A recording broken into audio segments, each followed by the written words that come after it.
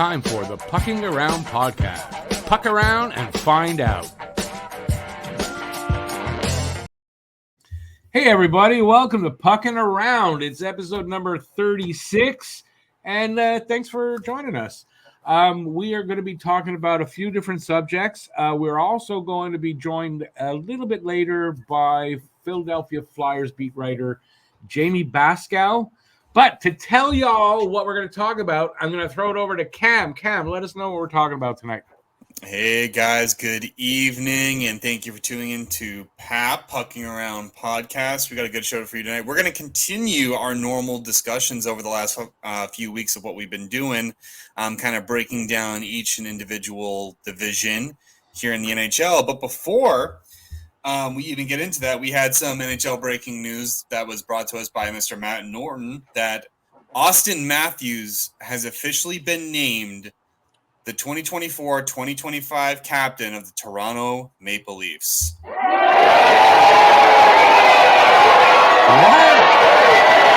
We're cheering that? Okay. That was a boo, buddy. Oh, that was boos? Oh, okay. Yeah. Boo. So let's talk about that before we get into the Metro Division. I don't think that's a boo at all. Well, you don't have to think it's a boo, but that's what the soundboard says. Why do I not think that's a boo? Think about it. They just stripped the captaincy from Tavares. They gave the captaincy to Matthews. That room is going to be awesome, isn't it going to be? That room That's is why it's a this year. It's a boo. It should have been Morgan Riley. Oh, 1,000%. Yeah, of course. They made a bad choice, but that room is going to be – it's going to be great. I love to see the Leafs have, things like this happen to them. Oh, to be funny, it should have been Mitch Marner. Do you think he'll take his pants down in front of the whole team just to kind of get a laugh? Captain Underpants, right? Dude, maybe. I don't know. Maybe. It's Captain Underpants. I think they did right, though. They needed to move away from Tavares. That was part of the problem in the locker room. Tavares was not the captain that they needed. He was not doing the job. And I honestly think Morgan Riley should have got it. I think he has a longer tenure there than Matthews, and he has a lot more pain than I think Matthews has, and I think he could have been the guy that kind of gets you to that next level. Kind of hard to argue how you take it away from Matthews, though, considering his points production, and I think he's found his heart along the way. But, Alex, what are your thoughts?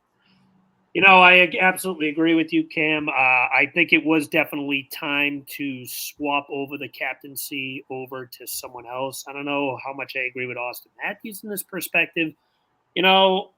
Wearing the C isn't just a big responsibility in terms of gameplay. You're the lead voice in that locker room. You're the guy everyone's going to look up to. You're going to be the guy that everyone points to, and not saying Austin Matthews is not capable of this, but you're going to be the guy that everyone looks at like, we need to make a statement. You got to make a statement, whether it's scoring a goal, delivering a big check, showing off a big speech, et cetera, et cetera. I think Austin Matthews wearing the A would have been personally better. I absolutely agree with Matt. I think Morgan Riley would have probably been the best suitor for this. He seems like a vocal leader on and off the ice. Seems like a guy that can lead by example with his play on the defensive end. But, yeah, I get why they did it. He's their best player. He's a future Hall of Famer. He's probably going to drop 60-plus goals again this year or something close to that. But at the same time, when you're in a pinch and your backs are against the wall, is he the guy who can at least emotionally spark you to push forward and make a big play, deliver a big check, score a big goal, et cetera, et cetera, et cetera? I don't know. I just don't know. I never seemed Austin Matthews as more of a vocal leader than just a guy who is known as an elite goal scorer, the best goal scorer in the game right now at the bare minimum. But, yeah, I personally would have picked Morgan Riley, but I understand at least why Toronto did it. Matt, what about you? I've said for years Morgan Riley should be the captain of that team. And for me, it's really more so for what I see on the ice from him. He's really been one of, if the only guy that, really gives his all, especially in the playoffs. I do agree they needed to take it away from John Tavares. It wasn't working at all. I don't like Austin Matthews as the captain there again for the reasons I just stated. I think Morgan Riley works the hardest on that team. He's the one player on that team that I do kind of root for a little bit. Good choice to strip John Tavares of the captaincy. Don't agree with giving it to Matthews. Rick, I think that this has Craig Berube written all over it a bit. I say a bit. I think it has a lot to do with him. Obviously, Tavares wasn't doing the job. Can you really give it to Morgan Riley, though? Look at most NHL teams. It's kind of the role that Austin Matthews plays on a team. That's usually the guy that gets the captaincy, isn't it? And I think in Toronto, I think everything revolves around this guy. So I get why they're doing it. I do. And I agree that you needed to get Tavares out of there. I mean, it wasn't going. Is it the right thing, though, to pick on, to make a change that this is going to be the thing that puts them over the top? I don't think so, but they had to do something. Let's address Rick's question real quick regarding the rest of the teams in the NHL. Should it have been Morgan Riley? Yeah, I mean, yes, you're right to say this, Rick. I'll lead this off, and then we'll go into Alex and Matt just to kind of rebuttal your point here, or whether or not they'll echo what I have to say. But it's kind of going back to Alex's point. It's not just about being a points person. It's not just being about the face of a franchise and having, all those points and everything like that. Because I feel like that's what the franchise player is. I mean, look at David Pastrnak. He's right now the points guy for Boston, and the captain is Brad Marchand. So there is a sense of veteran leadership that needs to go into that, I think. I think that holds more precedent than the amount of goals and assists that you score and the amount of felonies that you almost got charged with. So maybe it's personality. But maybe it's personality then. That's the biggest personality on your team. Like Marchand is in Boston. Right? Yeah, maybe that. Alex, do you have anything to add? I think you pretty much hit it at home. I mean, there may be a few other examples of guys that I think probably aren't necessarily the best point guy on the team, but someone who you look at as more of a leader in more ways than one. Like for the St. Louis Blues, for example, they picked Braden Chen, and he was a former winner. He's been on two different teams where he was part of two different cores, but I always looked at him as a legitimate leader, a good vocal player just in general. Dallas Stars, Jamie Benn is their current captain right now. Again, definitely not the best player on the team. That would be Jason Robertson. I'd argue Tyler Seguin and Heiskanen is definitely better too. But Jamie Benn is a guy who has been around the league for quite some time. He's one of the guys that, when a play needs to be made, a voice needs to be heard, seems like a guy that kind of fits the bill a little more, kind of like what I would have at least somewhat expected out of Morgan Riley compared to an Austin Matthews. And, as I echoed prior, puts a little more pressure on you back to perform. But, yeah, that's my point. Matt. Yeah, I mean, I think about the Rangers when I think about a team that, their captain isn't. I don't even think he's, probably the third best player in that team. But, Jacob Trouba, he's kind of their personality guy. I think Mika Zibanejad's their best player. I think Adam Fox is also in that conversation as well as is Terry Panarin. But Trouba's the captain. And I think he's the captain because, he's the biggest personality on that team, the biggest jackass on that team as well. But yeah, I don't think you have to go with, your best. You scared me, man. You're just waiting. Scared the shit out of me there. I think a good captain leads by example and works really hard. And I think, as I said, when I look at the Leafs, I think that's Morgan Riley. It's definitely not Austin Matthews. No, not in my opinion. Does anyone else have anything they want to add before we move on to the Metro system? I just want to ask this question. How do you guys think that's going to affect them this year? Why don't I start? I don't know. I think it's going to be a change in the locker room for sure, because even if you look at Greg Berube and his style, he's not going to let a lot of what Sheldon Keefe let go. Last year, he's not going to handle any crybabies, anything like that. It's going to be hunker down and get it done. You're here, you're getting paid all this money. You have to own up to something. So I think he might be able to mold Matthews into that, but I think Riley was still the better option. Alex. I pretty much want to echo what you just said. I don't really have much more to add. Matt. Yeah, no, I'm with you there. I think you hit the nail on the head. Cool. Rick, any other comments? Final comments before we go on to the Metro system? No, but I just to say that it's the wrong choice in my opinion. I agree with you guys, and it's going to affect them negatively, I think. Possibly. All right, ladies and gentlemen, we're on to the Metro system after that fun little segment of NHL's breaking news here on Pucking Around Podcast.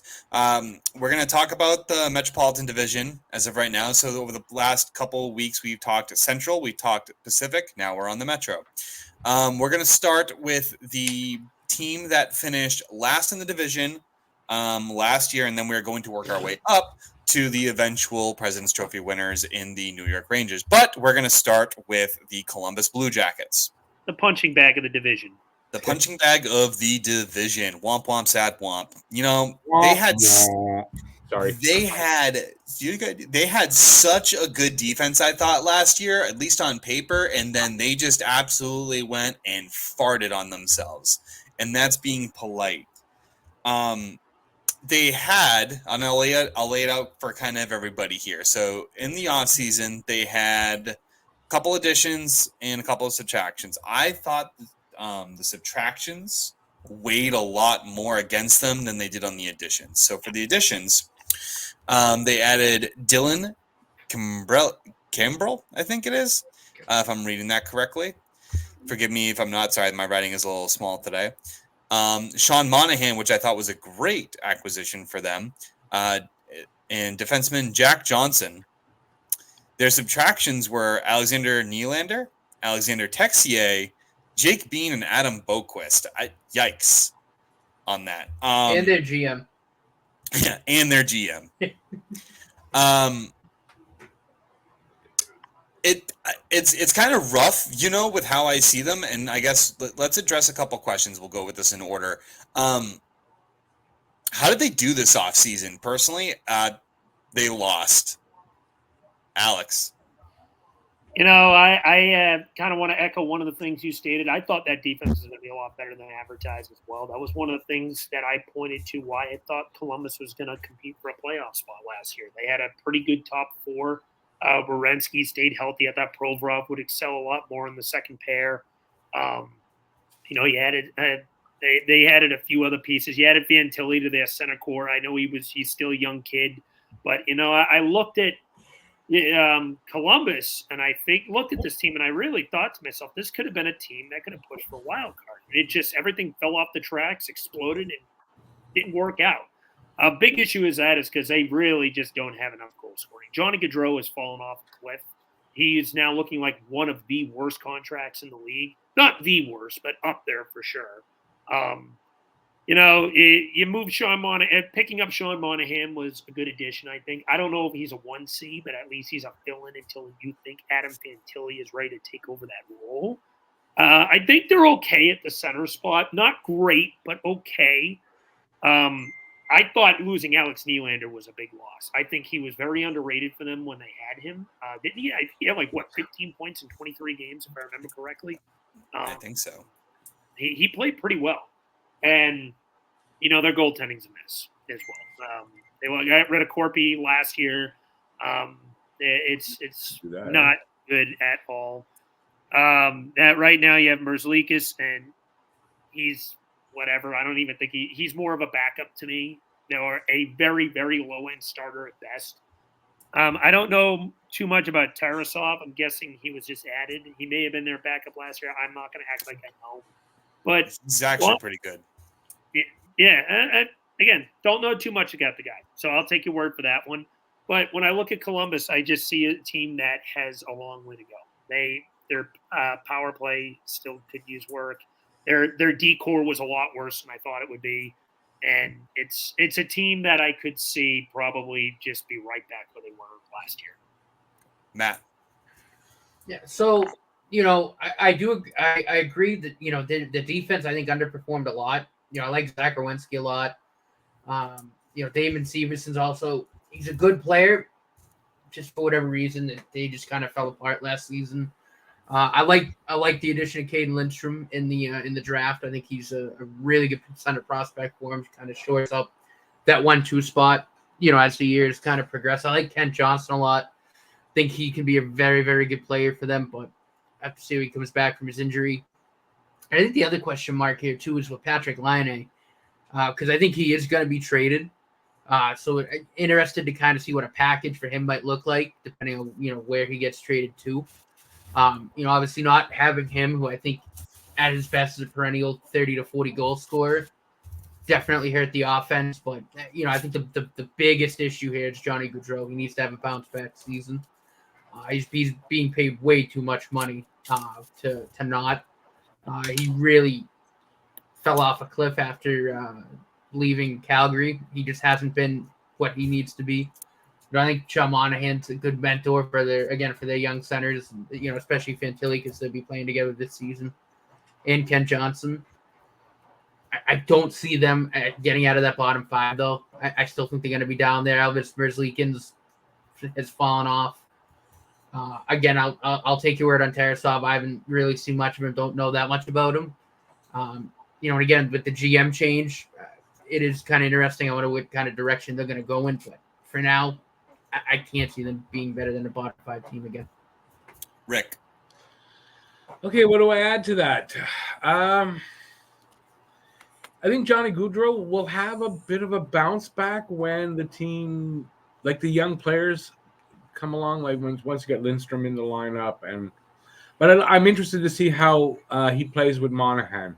So I think the addition of Monahan, great addition over there because you've got all these young centers. And this guy, we saw him here in Montreal, and how effective he was with the young players here. So I think it's a really good addition for them to have made. Defense.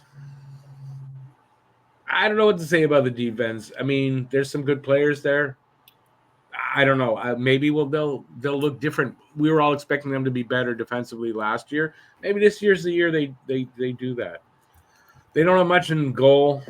I mean, they're going to finish on the bottom of the division. I'm not going to add. I don't have much more to add than you guys have said, but I mean, they're going to finish on the bottom of the division. Not going to be a good team, but there's some promise for the future. One last thing. Waddell did a pretty good job with the Canes. Maybe he'll do a good job here.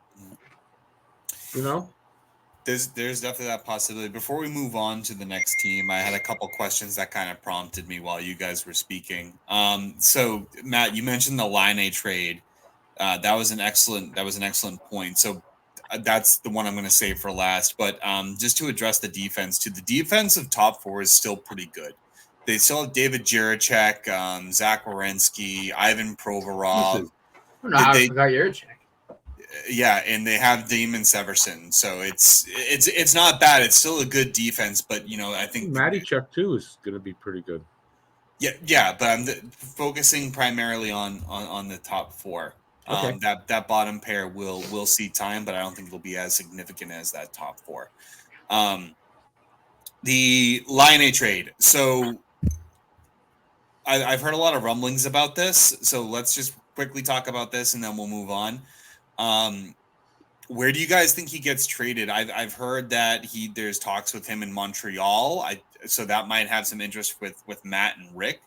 So Alex, why don't we start with you? Because I really haven't heard much else on that front. I just know that he is looking to be traded. So maybe you have some more intel, and then we'll go to Matt and Rick again. So what I've heard that the main contenders are Montreal, Buffalo, and I thought I heard the Canes. I'm not 100% sure on that last. I know Montreal and Buffalo for sure are the top two teams. But the thing is, Columbus is going to have to probably eat a net loss on this trade. I think they acknowledge that as well. He didn't play most of last year. The team, he's not up there in age, but he's now has a history of hopping a little bit from team to team. Few locker room issues as well, from what I've heard about just his attitude in general. So I'm not sure. I would like to say that if I had to put a guess, I'm going to say Buffalo. I feel like if it was Montreal, it would have happened by now. But I'm not entirely sure. But if I'm going to take a prediction, I'm going to say Buffalo. Yeah, Buffalo definitely needs it. Excuse me. For sure. I also think Montreal could use that assistance as well. So I'm kind of torn between the two. But Matt, let's get your thoughts in.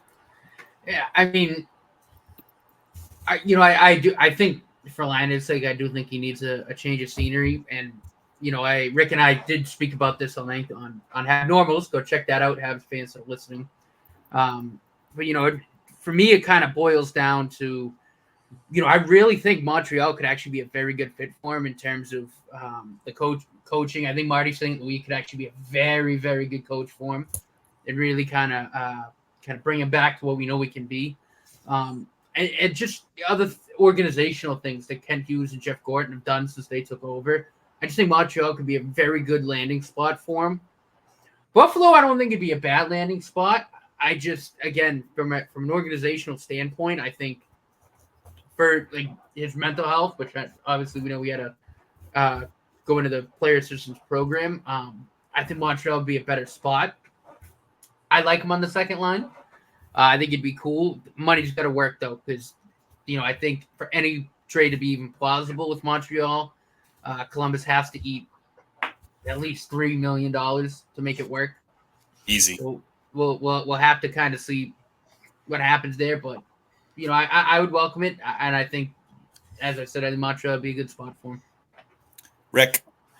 Okay, so for Matt, our insider here, I'm surprised you don't have this. So Eric Engels, who's a reporter for follows for Sportsnet for the Habs, he was on with Tony Marinaro last week, I think, and he said, in his opinion, because Marinaro was talking about it, and I think Marinaro thought it was. I can't remember what Marinaro's thought was, to be honest with you. But isn't that a pasta sauce? Eric Engels said, yeah, that's his name. Eric Engels said he thinks that it would be the chance that Montreal is interested in Line A, he thinks is pretty small. And that a deal being done, he thinks is really small on Montreal's part. On Don Waddell's part, what I've heard from him is one team has inquired about Line A. That's it. So I don't think it's Montreal. If they were going to, I mean, I'm good with that. If they feel fit to do, I'm good with that. But I don't think it's Montreal. What do you think? You know what? It's hard to we could talk about this team or that team, and we don't really know. But apparently, only one team has inquired about him. So, what team is that?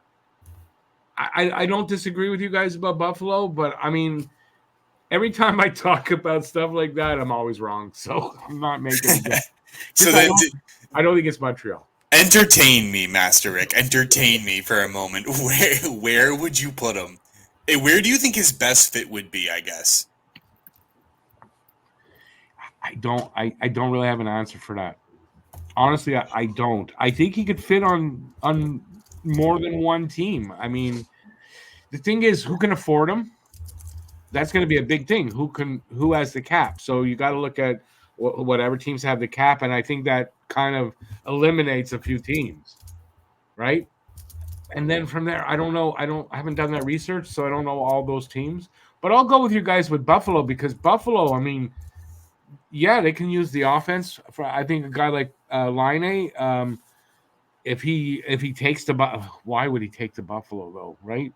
But if he does and he likes it there, I mean, he could be a really good addition. Yeah, that's fair. Just a quick point to Buffalo. Does Buffalo have the cap? Did they have the cap though? Anybody know? Sure. I got Puckpedia up. I can take a look. Probably. Take a look at their cap as well. So then, while we look that up, if Buffalo has the cap, wow, they actually have about 8.5 in cap right now, so just about perfect. Yeah, they need retention though. So with that in mind, so then we all agree on Buffalo. So any closing remarks on Columbus? Because I think that was pretty solid. I'm a dumb. No. Or are we going to give a prediction what place we think they're going to end? Yes. I already said last. Yeah, you guys already said the last. bottom. Yeah, everyone said the bottom. I'm going to go with 62 points. I have them dead last in the league this year. I got 60. I don't do points predictions on that. Sorry. Game's taken after me. I am taking after you, baby. I'm sorry. Sam says points. Nah, I'm too good for that. I am too good for that, dude, because I don't gamble on that shit. I mean, I just think it's redundant. I don't really care what you get for points. I'm just gonna face you. Yeah, that's true. Seventh in the division was the New Jersey Devils. They had a couple acquisitions and I think not that many departures, at least from what I could find, but they got some big pieces. They got Brett Pesce, Nosen, Cotter, and they just got Thomas Tatar back too. So that was kind of an interesting thing. I'd actually give them a solid grade on the offseason, to be honest with you. Adding Brett Pesce was huge. That bolstered the defensive depth that they clearly lacked last year when Dougie Hamilton went down. Mm-hmm. They bolstered their depth a little bit too on the forward lines. They're still obviously without a guy like Tyler Toffoli, but I think they'll be perfectly fine without him. The only downside I think that they're gonna have towards them is they have Sheldon Keefe. I was gonna say that. The world's smallest violin. So they went from Lindy Ruff to Sheldon Keefe. So they went to a bag of dog poop to the whole damn dump. So, wow. I don't know how they're going to do there, but Alex, give me your thoughts, and then we'll go to Matt and Rick. So I got to give the Devils one thing I do. Despite the questionable hire at coach, I do think they were the offseason champions. I think they had a fantastic offseason. The biggest thing they addressed was their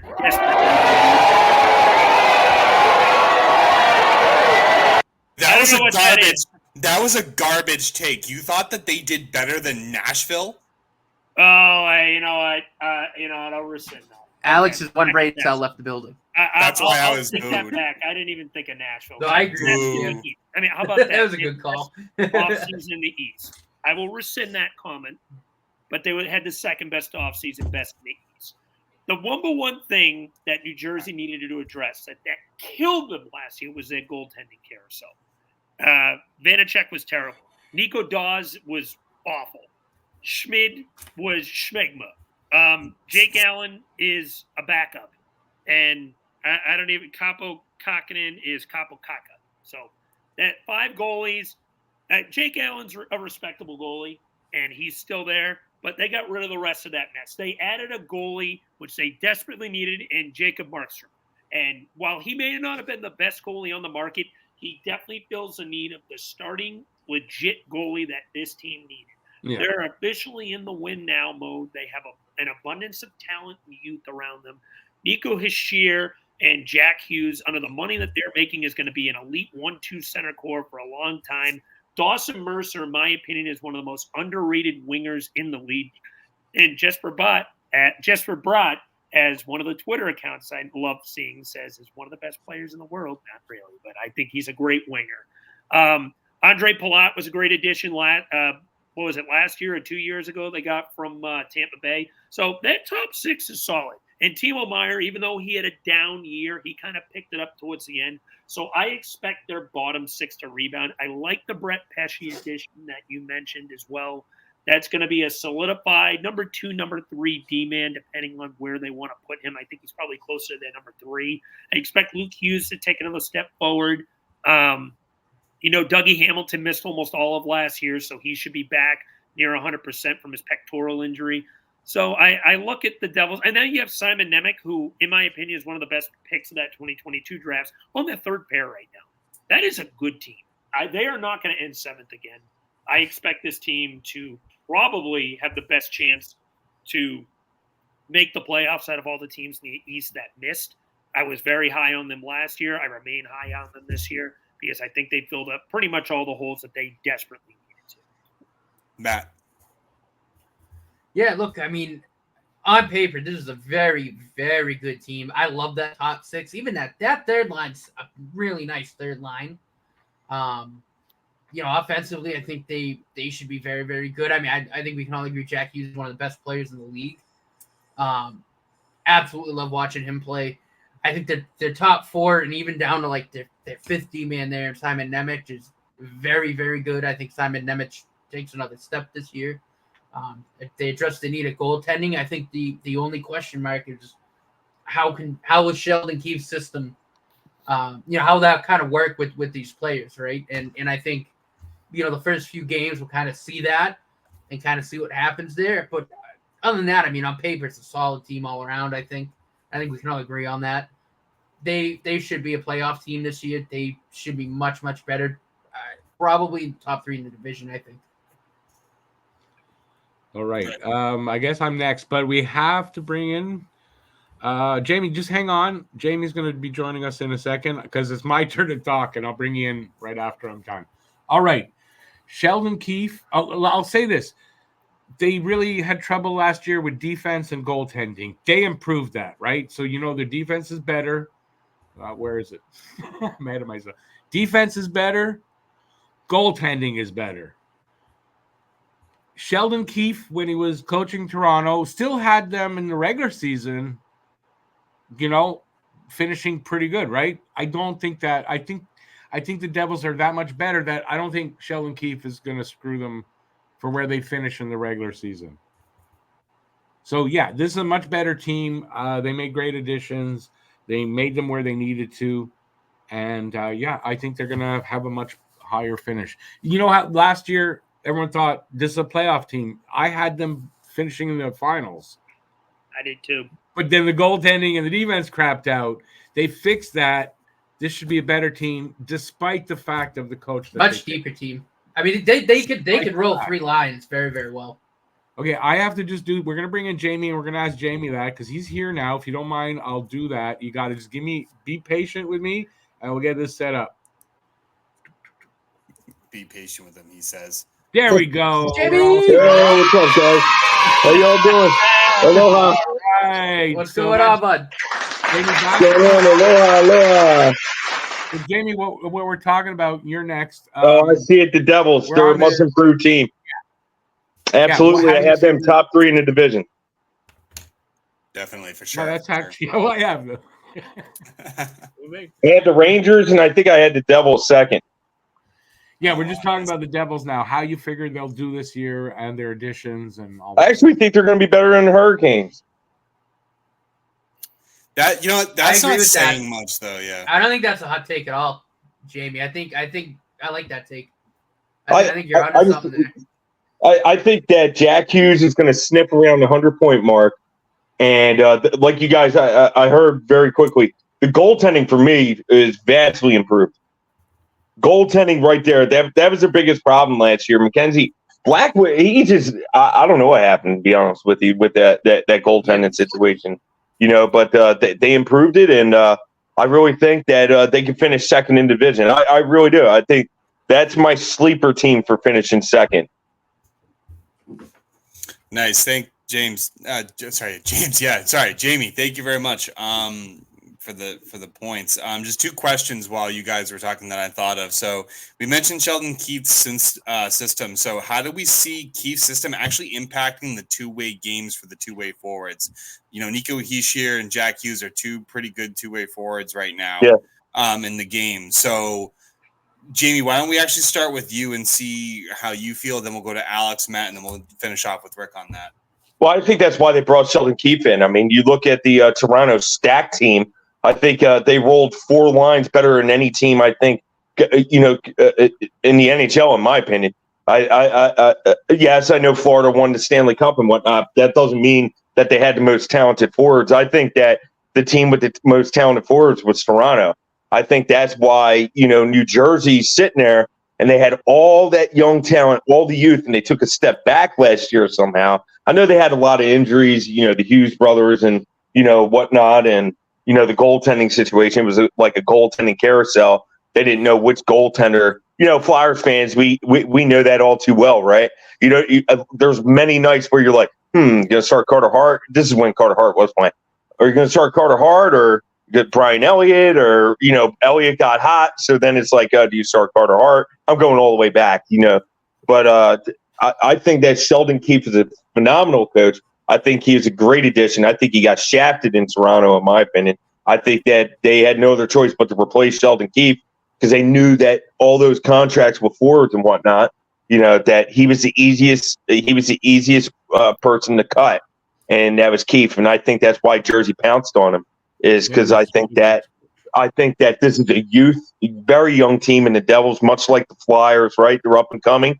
Now with Mitchkov, it's going to be interesting to see. But I just think that New Jersey, I thought that they were ahead a little bit of the Philadelphia Flyers last season in terms of the rebuild, and then they took a major step back. But I think that Keefe will bring it in. I think he's going to use Heeshire very well, and I think he'll use Hughes. Jack Hughes, man, dude's phenomenal. He's going to be a really good player, man, and you can't get a better coach than Keefe. He's had Mitch Marner's, antics, I'd say, or John Tavares. Man, you go down the whole 9 yards for that stacked Toronto team. Who would you cut? Keefe, I think, did well. Sorry, Jamie. I saw Rick's head just pop right up when you said he was one of the greatest coaches in the league. So I'm skipping Alex and Matt, and I'm going right to Rick just hearing that thought. I saw his head just shoot up I'm like saying, an ostrich out of the sand. That was like the third or fourth time. No, listen, I respect the hell out of Jamie. He's allowed to have his opinions. I don't agree this time there. You said they have the best forwards, and I'm going, okay, but there's no results. How do you call them the best forwards when the results are not there when they needed to be there? So I don't agree with that. And the best coach, maybe in regular season, he's a good coach, not a playoff coach. All right. Is it the coaching or is it the players taking a step back? I mean, Mitch Marner didn't do nothing in the playoffs, right? So, we could go back and forth, for days here. And I respect your opinion, Rick. And obviously, you watch much more Toronto Maple Leafs games, than me. Obviously, no, I don't. Okay. No. I don't do that. As few as I have to. Okay. All right, that's all it is. Then.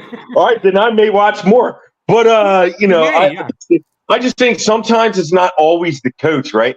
Does a coach really have to go rah shishku ba, and get these guys to play? That's why I love Torts. You're either going to freaking play or you're going to hit the bench. That's what you're going to do. That's why I really like Torts.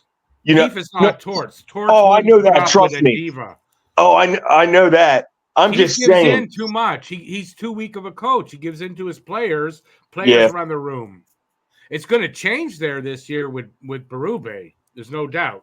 Oh, he's a hell of a coach. Craig Berube, I love Berube. We'll see if these players can handle it. I think we're going to see a lot of Mitch Marner crying on the bench. That's what I'm saying. We saw that this past playoffs, right? So, now you got a coach with balls, okay, over there. So what's going to happen now? Are the Divas going to leave, or what are they going to do? That's what I mean. That's what we're going to find out. I agree with that. That's what we're going to find out. Moving on to Alex. Sorry, Jamie. Sorry to cut you off, Jamie. Moving on to Alex. What was the question again? Is Mitch Marner going to get? No, I'm just kidding. How do we see Sheldon Keefe's system impacting the two-way forwards game or the two-way game in general? It's like the greatest question in the offseason.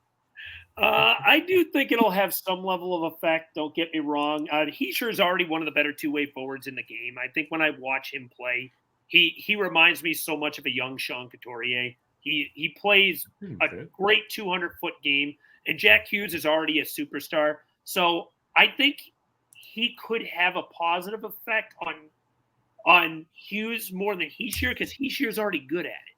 So I look at this and I'm like, at the same time, he might let these guys do their own thing and freelance a little bit because they're two of the best players at said position. I'd argue Nico Heischer is one of the top 5 best second-line centers in the game. He's in my opinion, probably a future Selke winner. So I look at that and I think he's going to have a positive impact more on Hughes because Hughes' style is more of an offensive game compared to Heischer, who's more of a 200-foot style. So I think he could implement his style. I mean, he could help Hughes' 200-foot game a little bit more. Matt. So, yeah, I think Sheldon Keefe is going to have an easier time in New Jersey because I'll give Jamie this. I do think Sheldon Keefe dealt with a lot of divas in Toronto. Like I think we can all agree with that. I don't see really anybody on the Devils like that. I think the Devils, they're more, I guess maturity is the word I want to use. Like, I don't see Jack Hughes or Heischer as these guys that, bitch and whine about everything. Or, maybe not getting enough, the playing time they should. I think these are guys that put the nose to the grindstone and play for Keith. Because I do think Sheldon Keefe is a good coach. Again, he's not, from what we've seen, we know he's not a good playoff coach, I'll say yet. But I do think he's going to have an easier time implementing what he wants to do and just not having to deal with that kind of those attitudes, from these Devils players that he had to deal with in Toronto. Cool. Last question. Before we move on, just let Matt know he's now fired from Habnormals for this. Hey, Matt. Hey, good thing I'm going to let my kids watch this podcast, man. They love the Mighty Ducks, brother. So I have a Charlestown Chiefs jersey too. Yeah, that's a freaking hell of a jersey there, man. I love it, dude. I love it. All right, last question before we move on to the Philadelphia Flyers. So I want to know what you guys think of this, because Jamie, you brought it up. So you mentioned Jack Hughes is going to sniff 100 points. Oh yeah. I want to know, and keep this brief between everybody, and so does Jack Hughes hit it and exceed it, or does he just sniff it? Alex. I think he goes over. I see him at about 105 points. Okay. Jamie. 98. No, he's sniffing. He's sniffing close. Matt. I think he gets there. I like Alex. Alex, what did you say about what did you say? 105. 105. I like that. I think probably 102, 103. I think he hits it, but he doesn't go too much over it. All right. And moving on. No, just kidding. Rick. Didn't he already sniff at 100 points? I don't think he hit it before, though. But I think he's definitely been in the 90s. I know he's hovering. I thought last season anyway. I think Hughes will hit the 100 points. How far over, I don't know, but he'll hit the 100 points. So everyone is kind of in agreement that he will. Well, for the most part, Jamie says he's sniffing. So I don't know what to tell you. So he had 99 2 years ago. Just FYI. He got injured last year, so that's why he didn't. He had 74 last year. Yeah, I think he hurt his shoulder or something, wasn't it? Like he was out like 2 months, and he almost didn't play in the Winter Classic. Isn't that correct? Like he came back like a week before the Flyers played them outdoors. I think, right? Isn't that? He'd have hit 100 if he didn't miss the time. I think he would have hit 100 last year already. So. Yeah, so don't I. Yeah, I actually have him breaking it too. So, what did you say? So don't you? What? No, I don't know. Did you say so don't I? I don't know. Yeah, sure, whatever. I can't remember anymore. Everything's blending in together. SoFi Stadium. We're moving on to the team that finished 6th in the division, and that belongs. Wait. We didn't give where we think they're going to finish. The Devils. We all do. We already said like top 3. I didn't. Yeah, okay, top 3. 95 points. Top 3. Yeah, interrupting me, Rick.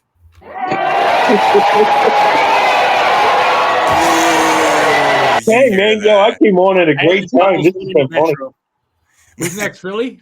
Moving on to the Philadelphia Flyers. This one I'm actually going to yield to Alex and Jamie. So, Alex, why don't you take the lead over here and then go? All right. So, in terms of movement for the Flyers, it was definitely an interesting offseason. Biggest, I won't even put major word on biggest, but the losses were the buyout of Cam Atkinson, who's now in Tampa Bay, and pretty much the launching into the sun of Mark Stahl, thank goodness. The biggest acquisition for sure was bringing Matvei Michkov over 2 years earlier than as projected. He should be implementing right into that top 6 right away. Other than that, there really wasn't too much movement. They decided not to bring back Carter Hart. They did not give him a restricting they did not give him a qualifying offer, so he is now a free agent, probably never to be signed again. And we should never mention his name here again either. Yeah. Well, I had to because he was technically on the team, so I'm just mentioning that. But yeah, Ivan Fedotov will probably be taking over that other goaltender spot. They extended him to a 2-year contract. I'm sorry. So biggest thing when it comes to the Flyers this year is just going to be what will they get the consistency so that they had last year from their goaltending in the first half? because their goaltending in the first half of the season was great until the obvious happened.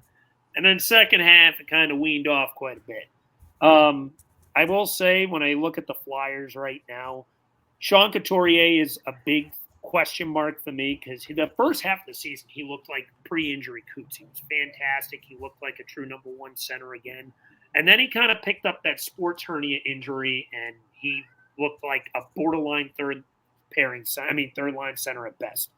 Bottom six is good. If Joel Farabee is your third line winger, you have a pretty damn deep winger core between Konechny, Forster, Tippett, Mitchkov, and him. So I love the winger spot, but I think the big question is going to be, what are they going to get out of the center positions, especially in the top, with Morgan Frost and Sean Couturier, and how is their goaltending going to hold up? Because they overloaded the crap out of Samuel Ersson in the second half of the year once he became the bona fide starter, and you saw the wheels kind of fall off around mid to late February, and March was just a complete disaster, not just for him, but for the team in general. Defensively, Jamie Drysdale also battled a sports hernia as well. That was a big issue for them.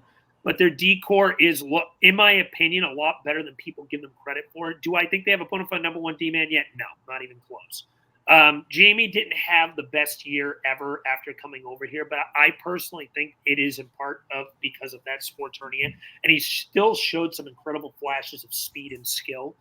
I think Cam York and Travis Sanheim are both number two D-men or something close to that. I think you could argue Sanheim's closer to a 2-3. I think Cam York is developing into a legit number two defenseman. And then Jamie Drysdale also has the ceiling of a number two D-man, in my opinion. The biggest thing to me is, though, the goaltending and the improvement much needed in the power play. Is the power play going to improve? They were dead last in the league for the third straight year. I think they're going to need – the power play is going to need to improve, which I think Mitchkov will bring. But I'm going to lead over to my gracious Flyer co-host, Mr. Baskow. What do you expect from Mitchkov this year? 125 points for the Philadelphia Flyers this season. I see them finishing with 125 points. I'm always joking, everybody. The Flyers. I was going to ask, what are you drinking? Yeah, well, hey, man, I drank some tequila with the worm. No, I'm joking. No, seriously, to piggyback off of Alex, he outlined the Flyers very well. There's four question marks, four big question marks for me. One, injuries. I'm telling you, sports hernia surgeries and the Flyers do not go hand in hand. They absolutely, these players that have had sports hernia surgeries in the offseason and have come back have not fared well for at least the first half of the season. Kevin Hayes had it. Claude Giroux had it. Shane Gothisbehere had it. Shane and Claude didn't start picking it up until March. Kevin Hayes never found it. Remember how many surgeries and then scrape outs he had, so he had like 3 or 4 surgeries that entire season. Remember, if people could, remember that. But sports hernia surgeries and the Flyers do not go hand in hand. I will say the one good thing about Coots, he was there rehabbing and then he went home. So he was rehabbing for like a month, 2 months, and then went home. So I'm a little thinking that he's okay. And they were like, okay, you could go home, train as normal. So I think that's a good sign. But I'm still cautious of him and Jamie Drysdale for one. Drysdale, like Alex said, had sports hernia surgery as well.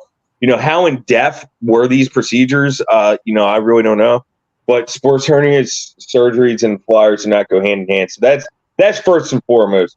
The second biggest question mark for me is goaltending. Can Samuel Ersson pick up where he left off last season, even though he started to crash, towards the last month of the season or so, and that was, due to overusage. What if Fedotov struggles? Then what? His backup. So he becomes unreliable. Does Torts still favor Ersson? Does Fedotov get sent down? It's going to be interesting to see what happens. So I think that's the second biggest question mark for me. The third is the power play. Will the power play improve? I think it will. But just because I think it will doesn't mean it will. They kept Rocky Thompson there, as the power play coach. And so you got to battle with him. Mitchkov should help. You would think, right? A healthy Jamie Drysdale should help, but I'm not banking on Drysdale for the first half of the season. So I don't know, and that's just me because I'm cautiously about his injury. So I don't know if he's going to be able to perform the way the Flyers need him to perform to improve the power play from being dead bottom last season. I don't think you could get much worse than it was last season. So, but it's still a question mark for me. And the fourth biggest question mark for me is I'd have to say it. I mean, they stood pat with this team. The fourth biggest question mark for me is center depth. I think that I don't know if they have enough depth down the middle to sustain two injuries. What if say Ryan Poehling and Morgan Frost go down? Then what? Are you bringing Rodrigo Abels, into the mix, or are you? I don't know what they're going to do. You know what I mean? Would they then test Matvei Michkov down the middle? I mean, this is a big question mark, and I think it's been a big question mark for the Flyers organization for the past 4 or 5 seasons. I don't know if you could put Scott Lawton. You could depend on him for a short period of time down the middle. I don't know if I would depend on him for more than a month down the middle because I don't think he's that type of player anymore. I like him better on the wing, Scott Lawton. But you can depend on him down the middle. But then you're talking about him being in the top 6. Then I think that's a big question mark for me, and I just don't know if they have enough depth within the system. They tried putting patches on it again. Rodrigo Abels, they signed Anthony Richard. To a two-way 2-year contract. I want them to go after a PTO like Nick Cousins. I wrote an article on that today, like Nick Cousins, and there was another center I mentioned. I forget who it was. Sam Gagner. He is, but you know what? They need that. They need depth, and you can depend on Sam. Yeah, Sam will give you like a good month or two. You know what I mean? And I think Nick Cousins would too. I think that those two players should be, invited to camp. Do you just have a knack for inviting players people hate, especially in the form of Nick Cousins? Yeah. Yeah, I mean, why not? What do they have to lose? If they don't work out. Respect. He was a former Flyer, to be fair. Listen, Jamie's just like, listen, they improve on the power play. I think I'd like to be right. He also likes to think Sheldon Keefe is an awesome coach. So I would have Sheldon Keefe as the best coach in the entire league. Oh God! Get out of here! I gotta give Rick. Rick probably dropped the mic, man. That was a mic drop. I almost had a heart attack. Be careful, I'm old. Don't forget. No, I see the Flyers finishing like 4th or 5th in the division. I think that they, I do believe they actually make a wild card spot. To be honest with you. I'm gonna kind of take control back because Alex and Jamie did one hell of a job of explaining anything. I really don't have much else to say. I think they covered the Flyers too well to give me a damn word anywhere. No, but they did a wonderful assessment, and I honestly kind of agree in everything except for where they finish. I actually think they stay right at 6th. I don't think they're ready yet. And I think it's mainly because of all the question marks that Jamie had mentioned. And largely it's part of health. I think the large piece to them is health. And if Jamie Drysdale can stay healthy and if all these other players can stay healthy, the Flyers do inherently have a history of injury, which is very unfortunate, Eric Lindros. And that I'll yield to Matt and Rick. Matt. Yeah. For me, there's too many question marks with the Flyers for me to put them any higher than probably 6th, maybe 5th. But the other thing is I don't really there's good young players there. I like Owen Tippett a lot. I like Forrester. Obviously, Mitchkov covering over is going to be huge, but I have a hard time really kind of seeing what Danny Brière's vision is in terms of a rebuild. going forward. And I say that because you're still committed to Sean Couturier for quite a bit of money. It's about, what is it? I think it's like $775 for like the next 6-7 years. And then you just sign Travis Konechny to a, I don't like the deal, but an 8 by just under 9 with a full no move clause until the last 2 years. I don't know. I mean, the age rangers are kind of all over the place. I think goaltending too is going to be a bit of a question mark, but I think it'll be all right. I think center depth is a huge question mark. I don't know how much those bottom 2 centers will hold up. I mean, Bailing's not bad, but it's just there's a lot of question marks there for me. I think Bobby Brink maybe takes a step, but it's just there's a lot going on there, and there really isn't much center depth, even in the system. Really, like I know Jet Luchenko, I didn't like the pick at all, but besides him, kind of in terms of prospects, I don't really know who else the Flyers have at center. I don't know. There's just too many question marks for me to put them really any higher than 5th or 6th. Rick. Okay, I got just a couple things. Center depth obviously is going to be a problem.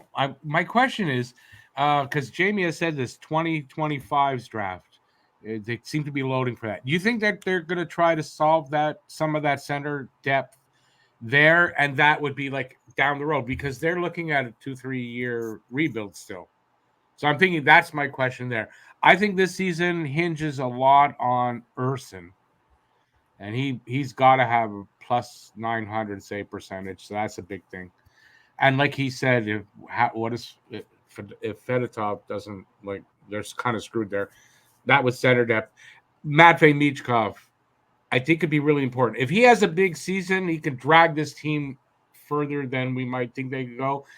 If he has a so-so season, the team might be a little so-so. Other than that, you guys did a great job. I probably said stupid things, and I got nothing else.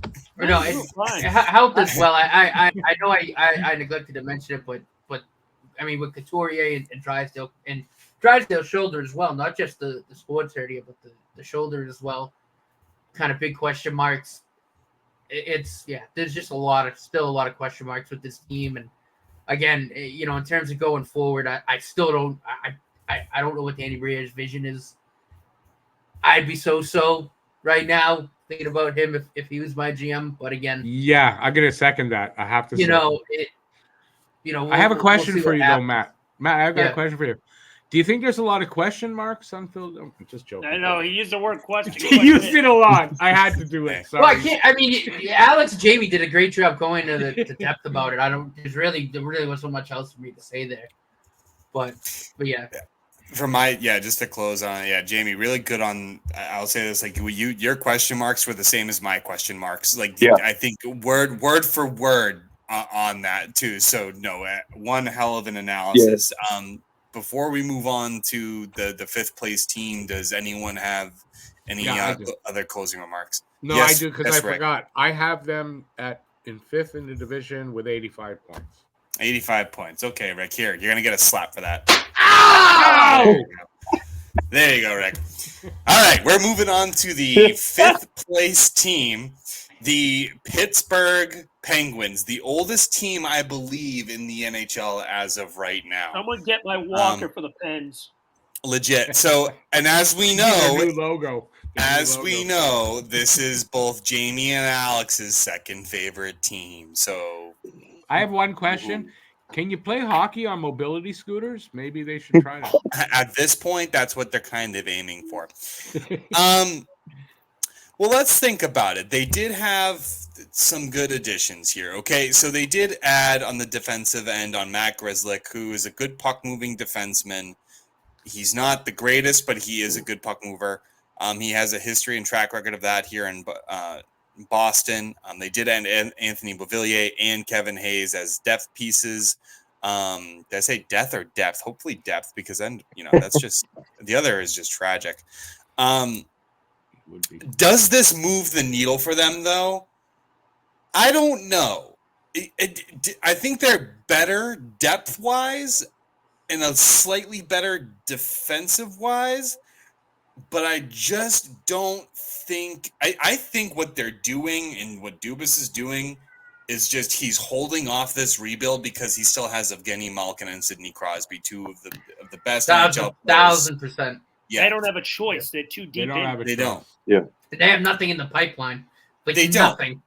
And they've been really good players for the past 18 plus years now in the NHL. So I think and you're right, they have nothing in the pipeline. They're really dry. So I think they're just trying to stave this off as long as they possibly can. Yeah. With that, I'm actually going to yield it on over to Matt. We're going to switch it up a little bit. Cool. On his thoughts. Yeah, I mean, I 1,000% in agreement with you. I think Dubas is doing everything he can to hold off stripping this thing down and starting from scratch. And this is probably their last year doing that because Sidney Crosby obviously is in a contract year. I mean, I would think he wants to end his career at the Penguins, but at the same time, I do think they're at that point where this is probably it, and then he'll go to a team where he can maybe get one more cup because he's I think 37 now. Malkin's 35, 36, and Tang's 1,000 fucking years old at this point.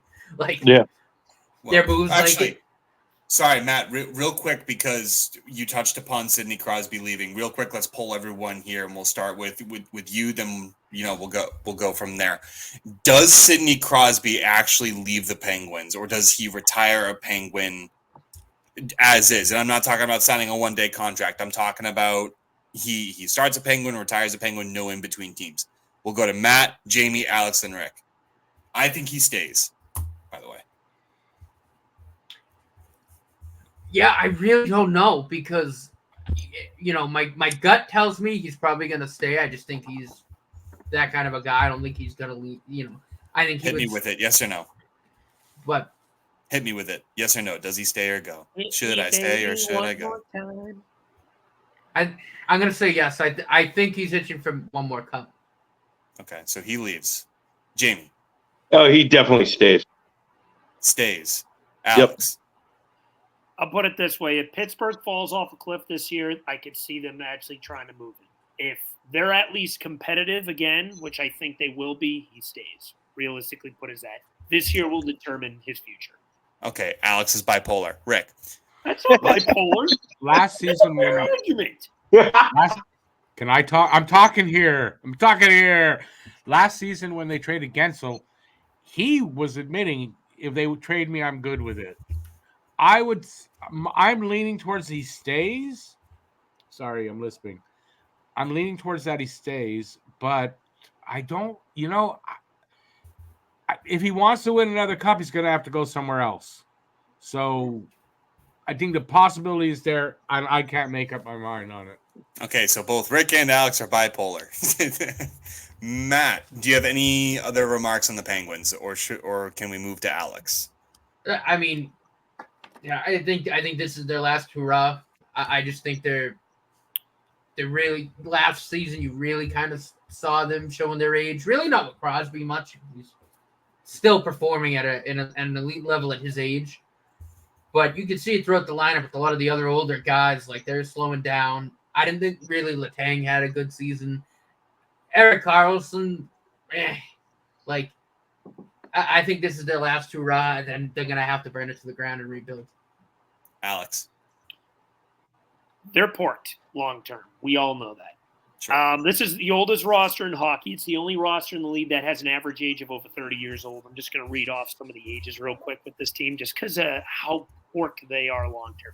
The only good prospect they have is Brandon Yager. And then that's really all that comes to mind. I think there's a goalie they just got out of Russia too. That's pretty good. I'm blanking on his name, so I'll give him him as well. But Sidney Crosby's 37, Karlsson's 34, Malkin's 38. They just acquired Kevin Hayes. He's 32. Rick Raquel, I believe, is 32. Grzelcyk's 30. I think that you get the point. This team is ancient. Lars Eller's 35. This team knows, and realistically, they're not winning a cup.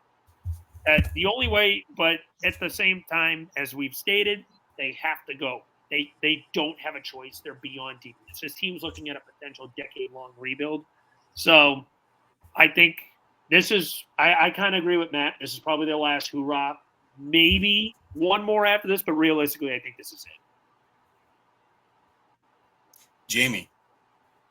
Pittsburgh is one of those teams, they piss me the hell off. And they piss me off because every time I count them out, somehow they reinvigorate themselves. And just like the end of last season, they almost made the playoffs. They sucked for the 3/4 of the season, and all of a sudden they found their niche. And here they were again. Flyers fans were like, "Oh, is this really going to happen? Are they really going to overtake the Flyers?" But I think that actually plays in their favor. With the way they finished the season, I think that they could come out strong this season, and I think that's where they falter. Their start was just so darn bad, and it just really put them really behind the 8 ball. How many times, Alex, have we seen that with the Flyers?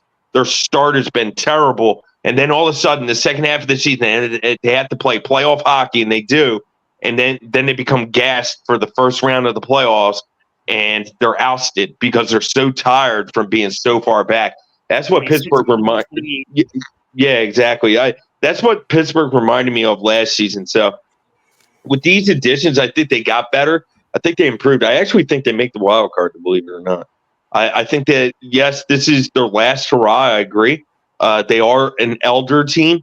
But anytime you have two, arguably the best players in the game in Malkin and Crosby, I got to give them. I got to at least put them somewhere. Let's go respect, Rick. Okay, so Matt said last hurrah. I think it's more like a last hurrah. I mean, they're old. I heard a rumor today, or read one. Letang wants to come to Montreal.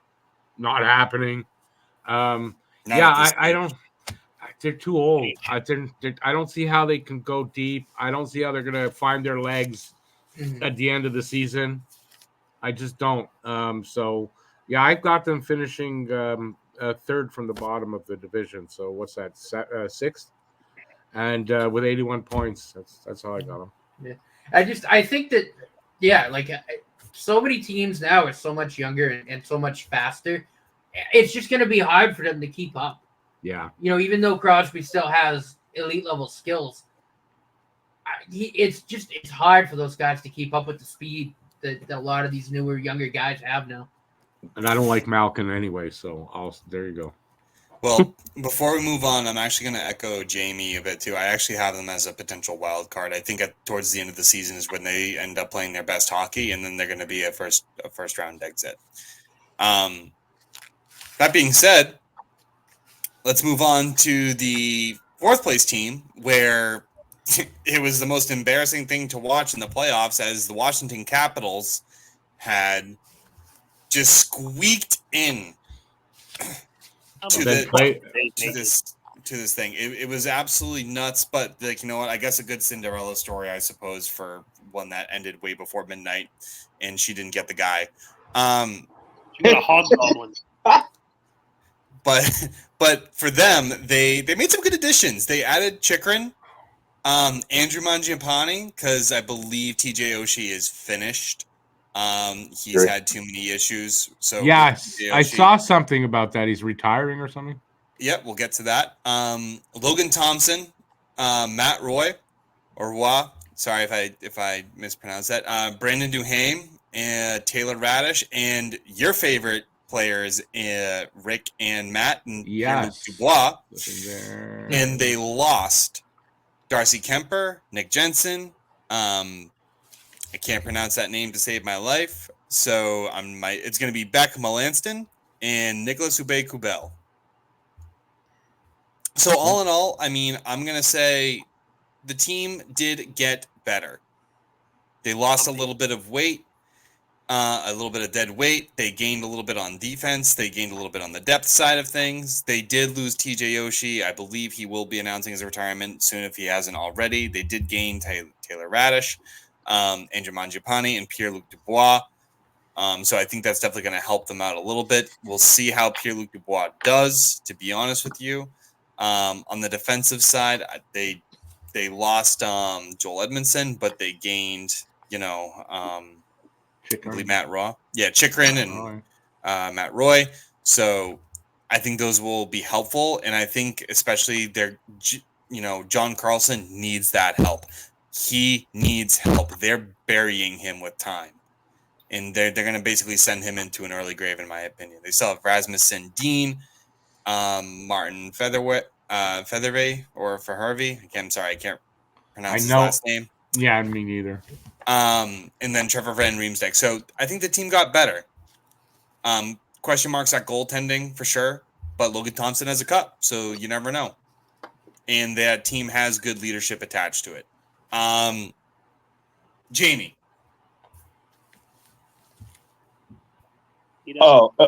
I think they finished. I'm going to be honest. I think they finished last in the division. Really? I like some of their additions. I like Chychrun. I like Mangiapane, but that's about it. Other than that, I just think they're an okay team. And to me, I think goaltending wins. They lost Darcy Kemper. I actually like Kemper, to be honest with you. So, but that's just me. I just think that their goaltending. Huh? But you like Keefe, so. Yeah, I just think that their goaltending alone, I think, will steer them to the bottom of the division. I'm just not a fan of Logan Thompson. It's just me. I know he has a cup to his record, to his resume. I get it. I understand it. I'm just not a fan of the goaltending situation for Washington. Cool. Alex. I actually have them in 7th personally. I think this is a team that is just going to be strapping themselves with a lot of bad contracts for a long time. Tom Wilson didn't even put up 40 points last year. I said last year how bad of a signing that was, and he's fallen off a cliff quicker than even I thought he was going to. He looks rough. And now you added Pierre-Luc Dubois, who is a massive risk right now, trading your, at the time at least, starting caliber goaltender in Darcy Kemper for him. You better hope Pierre turns into the player he was in Columbus, or prior to him quitting in Columbus, I should say. Right. Because if he does not, and you get LA Kings Pierre-Luc Dubois, now you have two massive anchors, and in my opinion, two of the worst top 10 contracts in the league on that team, pretty much anchoring two spots in your top 9 for the longevity. And I look at that team. I like Mangiapane. He's a decent piece. I have nothing against him. Matt Waugh is a decent defenseman. I liked him with the Kings. I think that's probably my personal favorite. I have always not been as high as Jacob Chychrun as a lot of people are. I think he is a guy that is vastly overrated. Not saying he's bad, but overrated to the point that I look at this guy and everyone thinks he's this elite defenseman, or maybe very good defenseman that is a pretty much franchise changer. But what the hell did the teams he was on do prior? Arizona was a cesspool, not all his fault, but Arizona was a mess. Gets sent to Ottawa, where they were finally ready to supposedly take the next step, and they did it. And that team fell right on their face, and a big part was because of that defense. And he was part of it too. He was injured all the time. Yes, and that's another thing. Coaching. Yeah, listen, I'm actually going to kind of interrupt you on Chychrun on there. I mean, he hasn't had his opportunity to really shine in a system, so I think he has high-level talent, but the teams he was on were definitely not supportive of that either. You mentioned it, Arizona. So I pay Chychrun a little bit more respect than it's actually worth. I'm with you there, Cam. I agree. Saying overrated is not saying he's bad. I'm saying he gets too much credit than what he deserves. I think he's a good player. I don't think he's a great player. I don't think he's a franchise changer. I don't think, and not only that, as you guys just mentioned, the guy can't stay healthy, and the best ability is availability. And who knows? Probably he might get banged up again. This Washington team has lost a lot of girth, so I could see them get bullied around a little bit too. And as Jamie mentioned, I'm not crazy about their goaltending either. Did you say they lost size? Yeah, I think they lost a bit of size. They gained size. You think so? I don't know. Brandon Duhaime is huge. Okay, that's their 4th left winger. Yeah, Taylor Rogers is small. Yeah, there's quite a lot of big guys on that team. So top 6 is small minus Wilson. And Ovi too, but Ovi's 30. What 738? How long do you want? Doesn't matter. He's still 300, isn't he? It doesn't matter. He's He's still 300 now.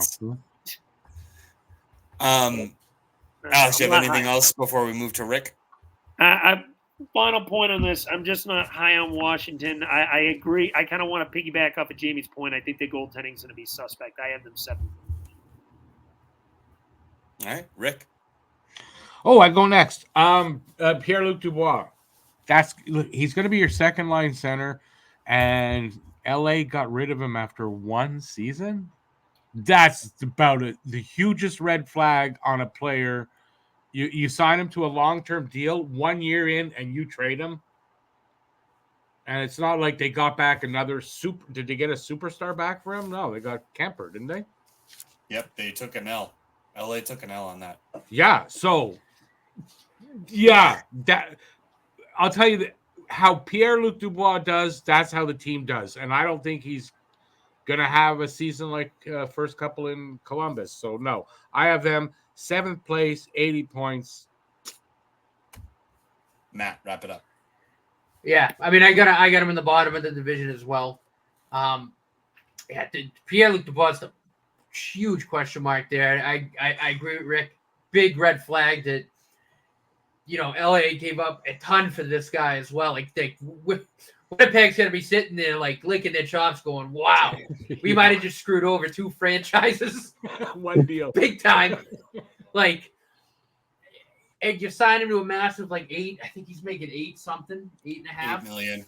for, the next 7-8 years. And no movement. No. With It kicks in. A no movement clause. Yeah, it's something Yeah, I believe. and you move him after 1 year. Unless you live under a rock, he's a locker room cancer. It's for whatever reason, things haven't been working out. Yep. The only thing that I think that will save Dubois is Ovechkin. Ovechkin's not. He runs that team. He's the captain, the coach, the king. He is Michael Jackson, and Pierre-Luc Dubois is Tito. I do want to add one thing about that, though. I do want to add one thing when it comes to your point. How much longer is Ovi going to be there, though? 1 or 2 years, maybe?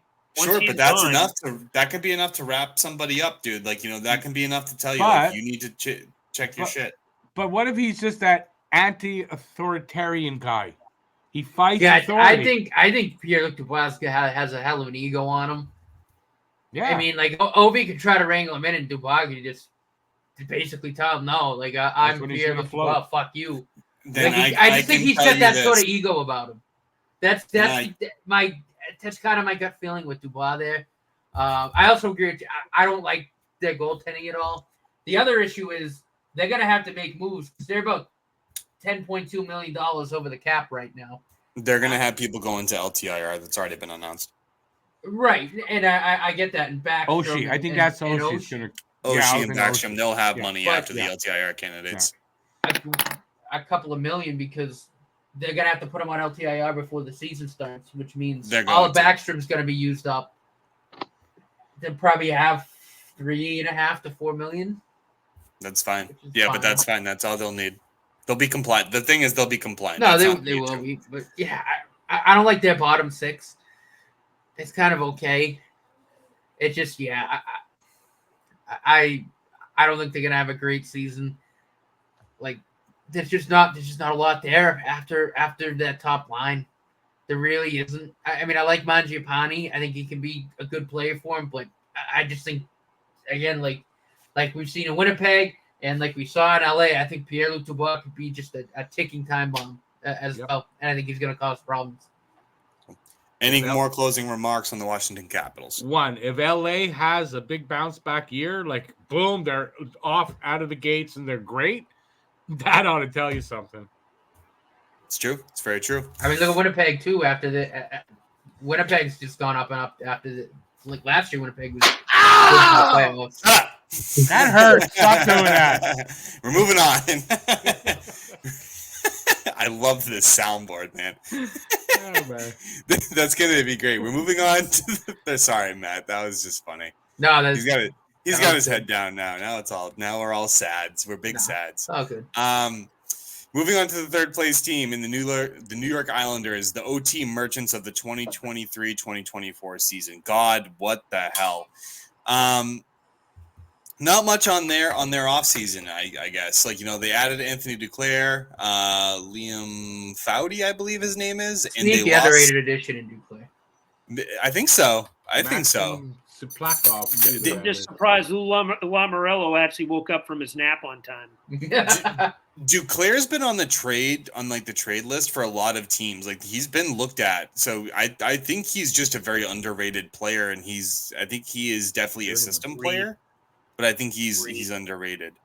They lost Sebastian Aho, but they did re-sign a couple players. So that was good. They definitely got Mike Riley back. Maxine Siplikov, I believe, is it? And Tice Thompson, Kyle McLean. Sorry. My naming tonight is whatever. McLean. Welcome to Butchering School 101. You're welcome. Die Hard. Welcome, McLean. This team is complex because I feel like with Patrick Roy now behind the bench, I feel like they're that much better just because of him and his ability to kind of coach goaltenders. Not to say that Sorokin needed it, but even you saw a resurgence in Varlamov as soon as Roy took over. So I think they're going to have a pretty good 1-2 punch with the goaltenders. It's just a lot of... It's the offense for me that really scares me a little bit. That they're old, too, a lot of them. I think the addition of Bo Horvat at the trade deadline was really good for them. Now that he'll have actually some time in, a development camp with them, I think he'll be that much better. I think time will tell. I honestly, it's difficult. I think I kind of keep them at third in the division or fourth. Sorry, I think they'll be fourth, maybe. So it's either third or fourth for me. Let's go with Rick. Oh! Rick, wake up! I froze. Oh, well, But I didn't hear anything. I didn't hear anything you just said. I totally Rick, we know it's past your bedtime. I wasn't sleeping. We got a show we're doing here. I was waiting out when I would hear you guys again. Well, I got to call the assisted living facility. Yes, Yeah, we got to get his Wi-Fi figured out. I need my meds. Please help me. Is it my turn on the Islanders? Yeah. I told you I didn't hear what you said. All right, Islanders. I got them in fourth in the division. Why? It's not a great division. Like, the teams behind them, I don't think they're gonna fall behind those teams. Not the greatest team. I think Duclair is a journeyman anyway. He moves around a lot. He's played on a lot of teams. He's a good player, but there must be something there why he moves so much. What else? Defense. I mean, it's the same defense as last year. Dobson, great young player there. And I like him playing with Romanov, so I like that. Ex-Hab Romanov. Goaltending. These guys are getting older. That's all I can tell you. Having Patrick Roy there must be great for them. Or not. Maybe it's not. I don't know. Egos could get in the way. I don't know. I think they finish where they finished last year. That's it. Solid. Let's go to Jamie. I think the Isles finished in fourth, and the only reason I had them in fourth is out of respect. But I think they took a step back. Actually, I think the Matt Martin is a much key cog for that room, and Cal Cutterbluck too. I'm actually surprised that they're going to move on or thinking about moving on from both players. I'm floored. I'm absolutely shocked that they're going to try to move on from both of those players. If I'm the Flyers, I jump all over Cal Cutterbluck. He knows the Flyers well. I think he's a big loss. His motor never stops. He reminds me of Cizikas. Every time he's on the ice, he just balls to the wall, and somehow he makes a play out of freaking nothing. This guy, he's a really good player, I think. I think he's a bigger loss than what the Isles can, believe. I guess they don't believe in him too much. I don't know, but I had them. I had them in fourth only because of those two minuses. But if Martin or Clutterbuck, then I can see them vying for that third spot. But I think that'll go to the Hurricanes. I guess we'll talk about that. But isn't Matt Martin like ancient though? Yeah, he is. But you know what? Those ancient players are good players, and Matt Martin is one of them. I mean, he's like Corey Perry. He's ancient, but the dude just for some reason wherever he goes, he just makes an impact. Gets to the finals, but doesn't win. Oh, God. Let's move to Matt. Sorry. Jimmy, do you have anything else that I apologize? I kind of cut you off. No, you're good. All right, Matt, let's figure it out. Yeah, I like the top three, that top line. I've been a fan of Matt Barzal since he came in the league. I think he's still a very, very good player. Probably their best player. After that, it gets older. I mean, I think Kyle Palmieri still is a good player in this league. Big Anders Lee fan as well. I went to Notre Dame. Love that guy to death, but he is getting up there. Other than that, it's kind of a mixed bag. I like them defensively. I think they're pretty deep defensively. And in terms of goaltending, I'm going to stick to this, even though he didn't really have the best year last year. I still think Ilya Sorokin, on his day, is still one of the best goalies in the league. I think Varlamov's resurgence will help him out as well. I think they finished 3 or 4, somewhere in that range. I think it's on the back of the goaltending and the defense. I think offensively they might struggle a little bit. They've always been a strong defensive team, though, right? Absolutely. Yeah. Anders, what do you think? Alex, what do you think? He agrees. I get distracted by the bobblehead. But honestly, I got to give the Islanders credit. This is a team that I loved giving crap to last year because they were such overtime merchants. And one of the things that I gave them a little bit of criticism on was the hiring of Patrick Waugh mid-season. I thought that would just blow this team up right in front of their face, but he proved me wrong. The team got on track. They started playing good, solid hockey, good foundational hockey, especially on the defensive end. And you know what? Patrick Waugh kind of reminds me a little bit of John Tortorella when it comes to being able to reel in your players and buy into a message. And I respect that about the guy. So, the Islanders, even though they were OT merchants, I think they had 16 of them total, if I remember correctly. Yeah, they had a lot. They were a team that, played well. I love Anthony Duclair. I said prior a few weeks ago that I thought that was one of the best signings of the offseason. I think he's going to fit well in their top 6, even if he is a bit of a journeyman. He just seemed like a guy who kept living off of one-year contracts. I think while he was on Arizona, Tampa Bay, now he's finally got himself I proved it deal. Thank you for paying me. And again, I'm very surprised Lou Lamoriello woke up from his nap. But anyway, their center depth, they got good centers. I like Bo Horvat. I will say one thing about the Isles.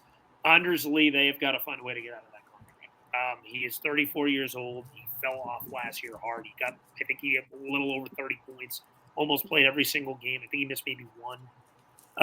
Decor is good. I like Adam Pelech. I like Ryan Pulak. I think Noah Dobson's one of the better young defensemen in this league. And they did all this last year in spite of a struggling Sorokin, who I don't see him doing this 2 years in a row. I think Sorokin's going to be a nice rebound candidate. I could see him competing for the Vezina again. But I have the Isles 4th. I think offensively they may continue to wean a bit, but I think they get a lot more consistency overall from their goaltending. All right. Any other thoughts on the Islanders before we move on to the second place team? Crickets. All right. Second place team. Carolina Hurricanes. Ooh. Oh, horrible offseason, in my opinion. Worst in the league. Easily. They still have KK, though. Yay! Yeah, that's it. Woohoo, yeah. Yay, Kakayemi. Yay, Kakayemi. Who they lost? They lost Jake Gensel, Evgeny Kuznetsov, Stefan Nosen, Teuvo Teravainen, Dylan Coghlan, Tony DeAngelo, but no one really gives a shit about him. Yeah, Brett welcome to Pesci. KHL.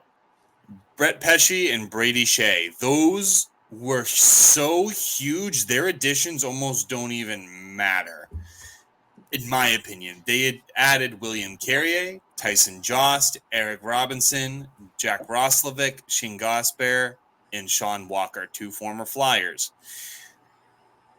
I'm very hard pressed to believe that team is going to get second in the division. Or even repeat what they were able to do. I think they might actually fall out just because of the addition of so many people and the addition of so few, but the subtraction of so many more. Those subtractions just were too much. I don't know how else to describe that. And it looks like Dmitry Orlov is not working out there. I mean, like he's playing okay, but he's not the best that he was. He wasn't like he played in Boston or in Washington. So, and Frederick Anderson is injury prone. They have a good goaltender up and coming, but I got to tell you, I'm very hard pressed to think that this team makes a huge splash next season. Rob Brind'Amour is an excellent coach. I don't know. Maybe I'm just doubting Carolina. I actually had them as the Stanley Cup champions last year just because of how strong that defensive depth was. And Jesus, then they got smacked. I don't know. They still need to sign Seth Jarvis, right? So, lot riding on that right he now. hasn't been signed yet. Wow. Yeah. Let's go to Matt. Yeah, I mean, look, I still think they're good enough to make the playoffs. I have them in third behind the Devils.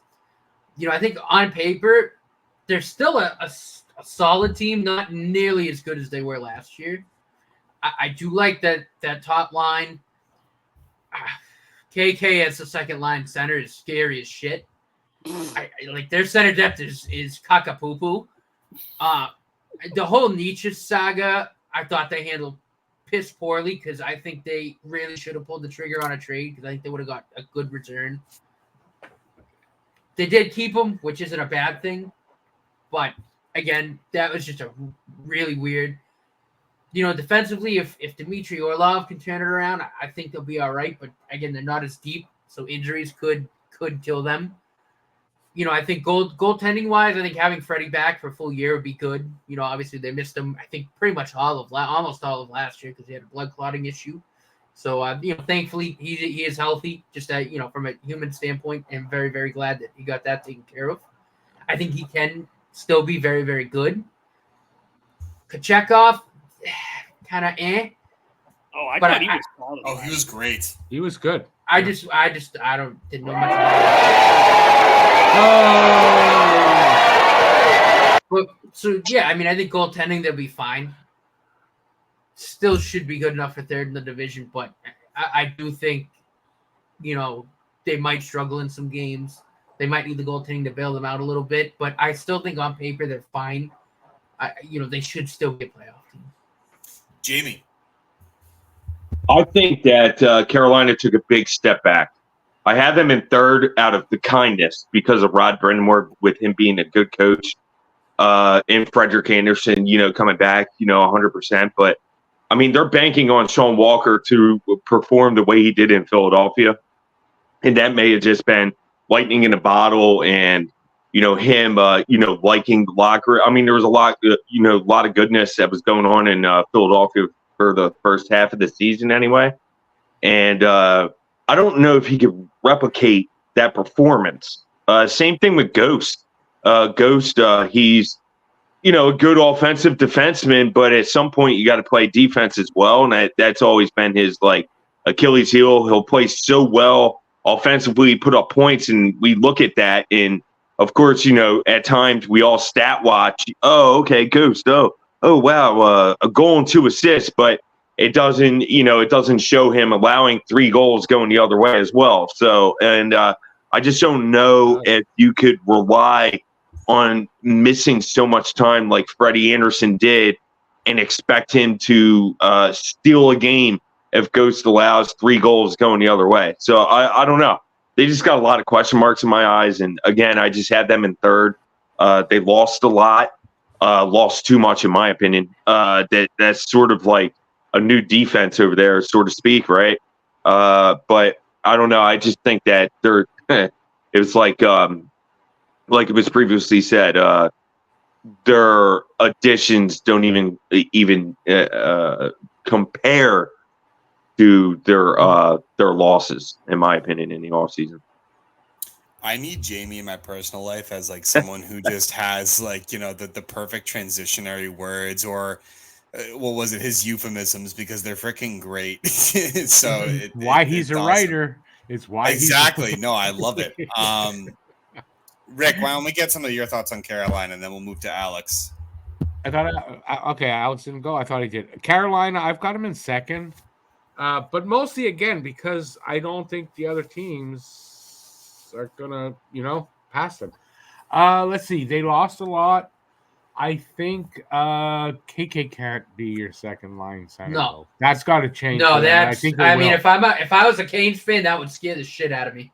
No, it would, and I think it's. I heard Natchez is probably going to get a shot there anyway, right? So, or they're going to pick up. They're going to have to pick up somebody, but they're good enough to make the playoffs. I think that. Thing with Carolina, when it comes to Montreal, anyway, they always beat us. They always seem to be there, even when you don't think they're going to. I feel, I hate them. And I hope they fall out, but I got them in second. I don't know what else to say. It's a good coach there. I think their goaltending is good. I do. So I think that's a good part for them. Their defense looks good enough. They'll make the playoffs. And in a not great division, they should finish second or third. Alex. I'm done.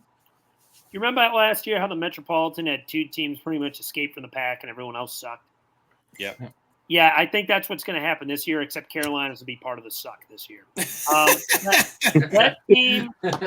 That team, I will say this, is going to I think they will make the playoffs, but they'll be like what the Islanders were, that third team that got in by default. They lost I can see that too. So much damn talent. They still have a great first line. Don't get me wrong. Marty Natchez, which I unfortunately must concede. Technically, Cam was right. He did stay. Check out our Spin Bin episode to refer to what I was referring to. Wait, what was that, Alex? Technically, you were right. Just like I was technically right about Jake Allen. Just like I was technically right about Jake Allen. So we'll call that. But as much of a clusterfuck that turned into it, Martin Natchez in this whole saga. So I think he's a guy you're going to have him. He's as weird as this sounds, as quote unquote a long-term rental. He's there for 2 years in this deal, but he's there. He's part of your forward core. He's part of your top six. Kaka Kokiniemi, Kaka Pants here. He sucks ass. There's no reason he should be your second line center. Fourth line at worst. Yeah, he's at a best. 3 to 4 C. I love it. Hey, we could use him in Philly. No, you couldn't. Actually, no, take him. That might actually be a good spot for KK. Dude, think about it. I'm serious, man. The center depth is a scary thing. In Philadelphia. He'd be the 3C, but they're eating half the contract. No, but I think Jamie I might feel like have John a point Tortorella there, made him cry. Like I think Resurrect. No, but I think Jamie has a point though. Pittsburgh or Philly would be a good piece for him. Pittsburgh because of Crosby and Malkin and the people above him who can teach him and coach him. Yeah. He's only 24. He's exactly what the Flyers want. They want a project, sort of like Owen Tippett. Owen Tippett was the same way in Florida. He was horrible in Florida. Comes to Philly and they resurrect his career.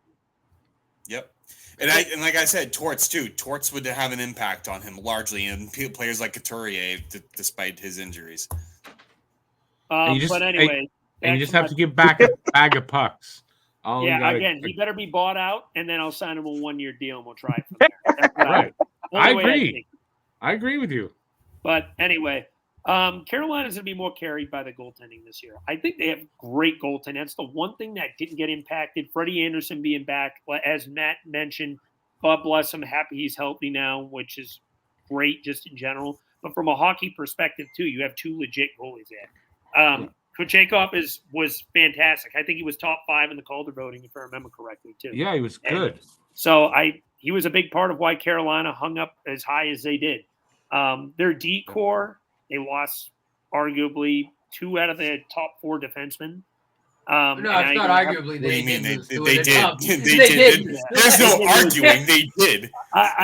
They also lost weird? 3 of their top 6 forwards. The reason why I said there is no maybe. They did. The reason why I said arguably is because for some reason something generated in my mind that was their first pairing decor right there. And I was like, wait a minute. Now they would kind of mix in the first and the second. So it came out of my mouth as arguably their top 4 defensemen. But yes, no, it was. It was 2 of their top 4 defensemen. Now you're putting a lot more pressure on Brett Burns and Dmitry Orlov, who are both very old. Slavin is a good defenseman, but do you feel comfortable that he's ready to be your number 1 long-term defenseman? I don't know. Sean Walker kind of struggled in the later months in Colorado. They had no issue letting him walk when the season ended. Thanks for the free first-round pick, by the way. God's to spare, as Jamie mentioned, excellent offensive defenseman, but is complete liability on the defensive end. A steroided-up version of Tony DeAngelo, except without the races. Chatfield.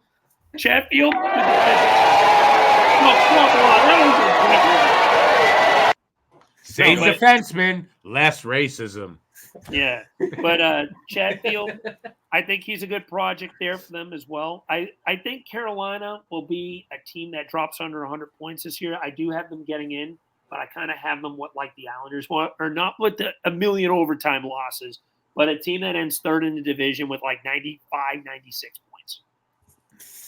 All right, let's wrap it up with the President's Trophy winners and the first place team in the Metro Division, the New York Rangers. Give me a sec. We'll wait on you, Rick. Don't you worry about it. I'm prompting. It doesn't even matter. They're just so damn good. Yeah, to be fair. Well, they did lose some players. They did lose Wheeler. They lost Wenberg. They lost Roslovic. They lost Goudreau, but they did gain Riley Smith and Sam Carrick. They did also lose Eric Gustafson. Sorry, not Gabranson. The team hasn't really changed. I'm going to keep this short and sweet and to the point. They're going to get first in the Metro again, if not New Jersey. There we go. Adam Fox is an absolute stud. Oh man, an elite defenseman. Elite. He's unreal. They still have Vinny Trocheck, Igor Shesterkin, and freaking Jonathan Quick, who just doesn't want in hockey. Die. Dude, Adam Fox is a superstar in this damn game. He is so freaking good. It's unreal. I love that guy. Ryan Lindgren's all right. Jacob Trouba needs to get launched into the sun. Keandre Miller spat at Drew Doughty and almost committed several hate crimes. This team's got balls, and I wasn't high on them last year, but after seeing how well they just meshed together, I'm really high on this team. Yeah, now that Philip, I think Cheadle is healthy, that's going to help them. Alexis Lafreniere is finally doing something. Right. Capo Caco is Capo Shitto. And he's probably on his way out if he doesn't pick up something quick. And then, of course, everyone's... Huh? Yeah, send him to Philly. There isn't a player that Jamie won't take. Jamie's just like, does he have 2 legs, hands, and that's it, man. We'll take the young... Yeah, that's it. We'll take the project. I'll take it. I wanted Alexis Lafreniere like 2 years ago when he was on the trade block. People called me stupid and crazy. I was like, y'all are crazy. That was so smart, dude. Honestly, he's coming into his own. That's the problem with New York fans. So I'll say this real quick with New York fans. They were so quick to throw him under the bus, didn't give him a chance to develop. Now that he's developed, they're like, hey, we love him. I think that's all fans, though. It's because of where he was selected. The first overall selection, you're supposed to – it's like Maffei Michkov. Like if Michkov gets off to a slow start for the first 15, 20 games, let's just say hypothetically he does. If he does, there's going to be questions. It's just where you're selected. If Michkov was selected second round, if Lafreniere was selected in the second round, we wouldn't even be talking about this. You know what I mean? It's just where they're pegged. If Michkov struggles at the beginning, Habs fans are going to love it. If Michkov struggles in the beginning, this is going to be Alex.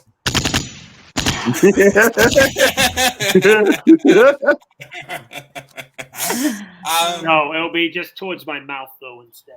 No, I'm serious though. Like you're looking at all these players, first pick, first overall selection. You're supposed to produce. And if you don't, then I think that's a lot of teams. Like if Connor Bedard didn't produce, I think Chicago fans would get Yancey. You know what I mean? Aaron Slavkovsky in Montreal too. First year. Yeah, First year, people were trying to run him out of town. The second year, he said, I'm fucking good. So shut your fucking mouth. Like same thing like Jack Hughes in Jersey. Jersey fans. Right. He had what, like 30 some points, and that was it, or 40 or something, and they were getting Yancey. It's a shame that these good players and they turn into great players eventually. The majority of them do anyway, and they have a hard time their first few years. You got to wait till they're 25 before you judge them like that. Yeah. And that's where I'm at. Listen, you could bypass me. I have them going to the Cup.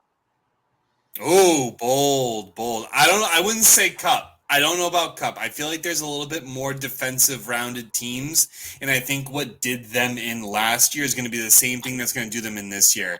Lack of two-way transition on the forward front. They did not have that, and I feel like that's where they got caught. Yeah, and especially Trouba. I'll say this: Trouba, torpedo man over there. Jesus Christ, Trouba is their issue. If they Matt Rempe too. Don't forget about Matt Rempe. That's right. Sure, and Matt Rempe.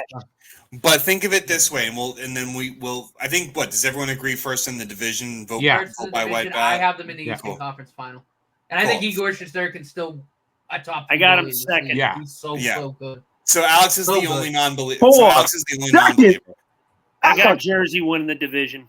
Holy smoke! Now that is balls, man. I got Jersey winning the division this year. I got to be what I thought they would do last year. You guys got to come out with a good sound. Has a village idiot. Come on, we got to have a good sound. There's a good sound for him. Oh, I don't know. What are you gonna play? Drop a bomb or something. You know what I mean?